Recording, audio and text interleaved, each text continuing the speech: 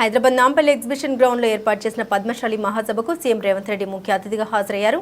ఈ సందర్భంగా ఆయన ప్రసంగిస్తూ కులగణనతో బీసీలకు న్యాయం చేయాలన్నది రాహుల్ గాంధీ ఆశయమని, తెలంగాణ వ్యాప్తంగా పకడ్బందీగా కులగణన చేశామని స్పష్టం చేశారు. కులగణన నచ్చిన వారే సర్వేపై దుష్ప్రచారం చేస్తున్నారని మండిపడ్డారు. కులగణనలో తప్పు ఎక్కడ జరిగిందో నిరూపించమంటే ఎవరూ రావడం లేదని విమర్శించారు. తప్పుడు ప్రచారం చేస్తూ బలహీన వర్గాల హక్కులను కాలరాయాలని చూస్తున్నారని ఆగ్రహాన్ని వెలిబుచ్చారు. తెలంగాణ ఉద్యమంలో కొండా లక్ష్మణ్ బాపూజీది కీలక పాత్రాన్ని వెల్లడించారు. ఉద్యమం కోసం ఆయన ఎన్నో త్యాగాలు చేశారని తెలిపారు. నీడలేని వాళ్లకు తన ఇల్లు ఇచ్చారని వివరించారు. అలాంటి మహానీయుడిని తెలంగాణ వచ్చాక పట్టించుకోవడం లేదని రేవంత్ రెడ్డి ఆవేదన వ్యక్తం చేశారు.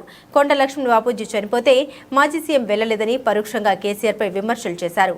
ఆసిఫాబాద్ మెడికల్ కాలేజీకి కొండా లక్ష్మణ్ బాపూజీ పేరు పెడతామని ప్రకటించారు.